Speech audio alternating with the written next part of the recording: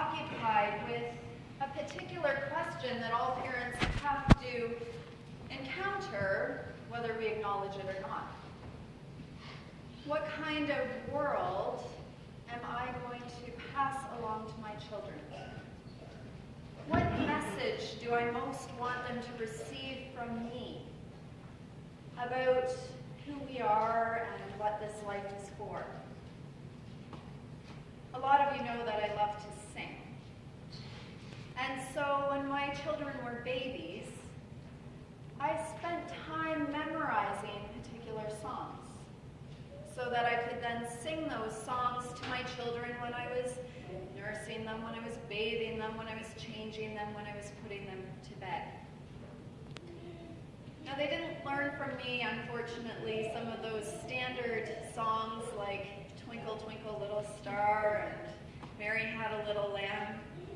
I spent a lot of time instead learning some of my favorite hymns, learning songs by Leonard Cohen and Bob Marley and U2 and Lorena McKennitt and Regina Spektor and Gordon Lightfoot. And I would sing those songs to them so that they would learn that the world is a place of beauty and a place of poetry, where the human heart is hardwired to seek meaning, to seek love, to seek connection with God. Let's consider for a moment that the authors of the 4 gospel accounts of Jesus' life are like parents. And they would have each been part of a particular community following Jesus. And so they wrote these accounts of Jesus' life in order to pass down this particular way of understanding the world with Jesus in it. Over the coming year, we'll be looking a lot at the Gospel of Mark. And right now, we're in the very early parts of Mark. And so every story that we hear right now is setting down that foundation for what Mark most wants his children to know, the message he most wants them to receive about the world. This is a very simple and brief story that Mari just read, but a lot is communicated in it. We learn that there is a battle going on between goodness and destruction. We learn that we need to get on the side of goodness, because as seen in Jesus, it is strongest. We learn that what draws people in to Jesus is his sense of authority. And we discover that his authority isn't based on any of the usual trappings of wealth and status, property, possessions, political power. His authority is based on being fully and completely open to the loving purpose of God. And we discover in that openness that amazing, almost unbelievable, unexpected things begin to happen. The people who have been trapped are suddenly set free, that outsiders become participants in what God is doing in the world. And that all of this is happening through and around this peasant nobody from a nowhere place called Galilee. Let's consider the church as a parent. Let's consider St. George's as a parent. Passing along a world, a message, a song from generation to generation. In fact, the image of Mother Church has historically been used to talk about what it is to be the community of followers of Jesus. And interestingly, as of of today, February the 1st, I have been here 9 months, which is also kind of a parental sort of length of time, isn't it? What is it that St. George's has learned and taught through the many generations of its existence? Well, St. George's has learned and taught something about how God is doing an extraordinary new thing in our midst. God is powerful and faithful to us from generation to generation, and we need only read Bishop Walter's wonderful account of the history of St. George's to know that this has never been a congregation frozen in time, but has always been a living, breathing organism open to how God is calling us to respond to the life of the world around us. St. George's has learned and has taught where true authority lies in opening our lives to the loving purpose of God, to the point that you can almost feel the bricks and the mortar of this place soaking up all of the prayer and the music and the worship that has been offered here for generations. As Jim Strudwick always says, this has become a thin place, a space into which strangers or friends can be invited and can find it just a little bit easier to connect with God. St. George's has learned and has taught that we can, in fact, stand in opposition to the forces of destruction, that we can align ourselves with the power of life and goodness.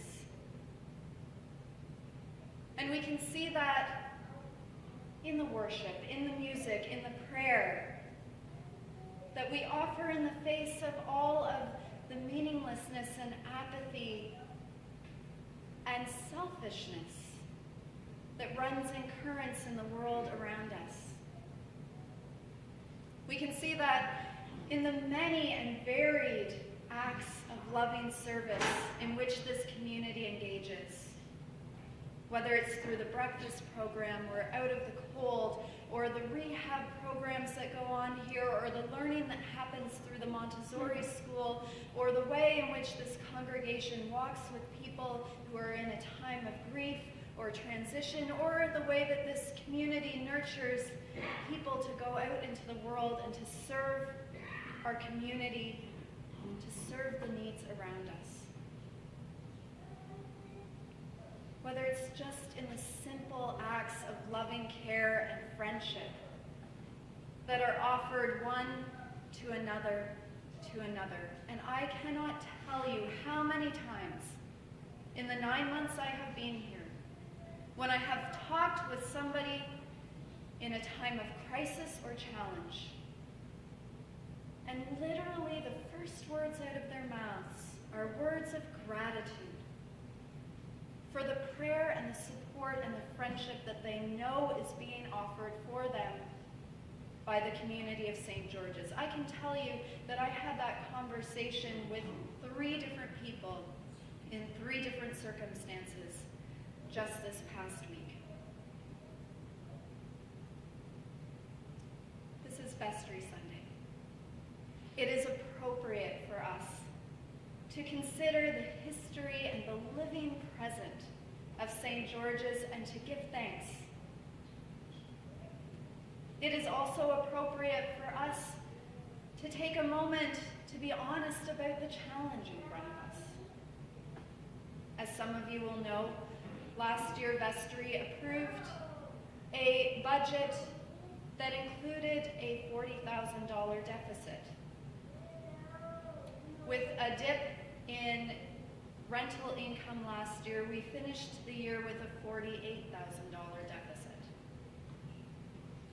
We are very blessed in a reserve that has been generously offered by previous generations, that means that we are not in debt to anyone but ourselves.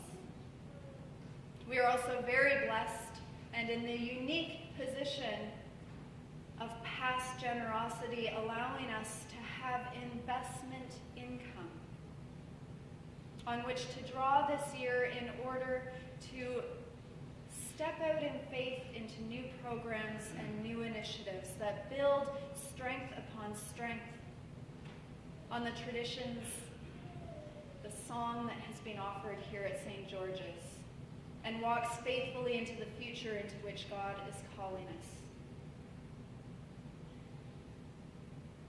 The leadership of St. George's has decided this year to be clear about asking for what we need in order to continue the ministry that we offer. Because if we draw on those reserves again this year, then this time next year we will be asking serious questions about how we will scale back our ministry and how we will scale back on our stewardship of this building.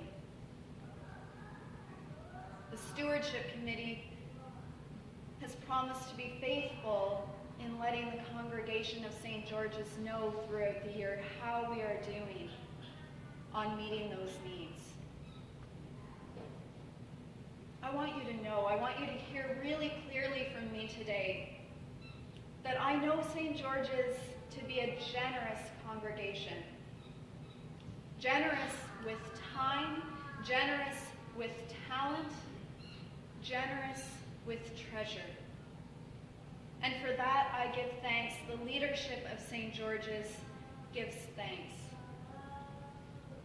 I want you to hear really clearly from me today that I know that some people are giving all that they can give. And that is something to celebrate. Nobody should ever feel inadequate about what they offer at St. George's. We only ever talk about proportional giving, giving out of what you have to give. I want you to know that in my family, with a mortgage and young children, we watch our budget pretty carefully.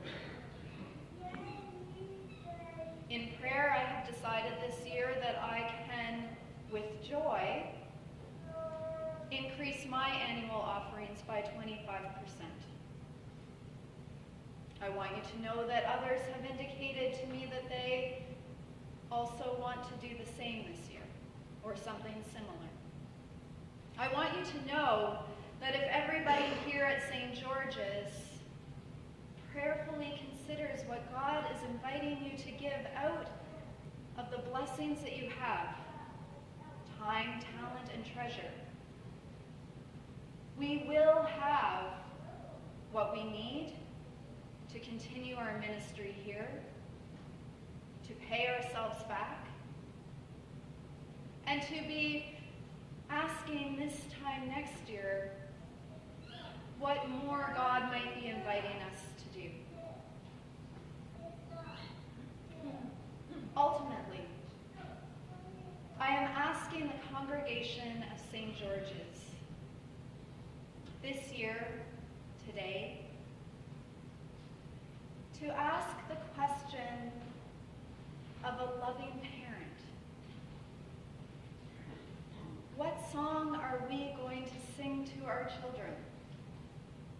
That they might sing to their children, that they might sing to their children. What picture of the world, what message about who we are and what this life is about are we going to pass along? Are we going to nurture and hold up and pass along? And might that song, might that message, might that world have something to do with the God who is among us, doing more than we can possibly ask or imagine. In this church, in Christ Jesus, from generation to generation.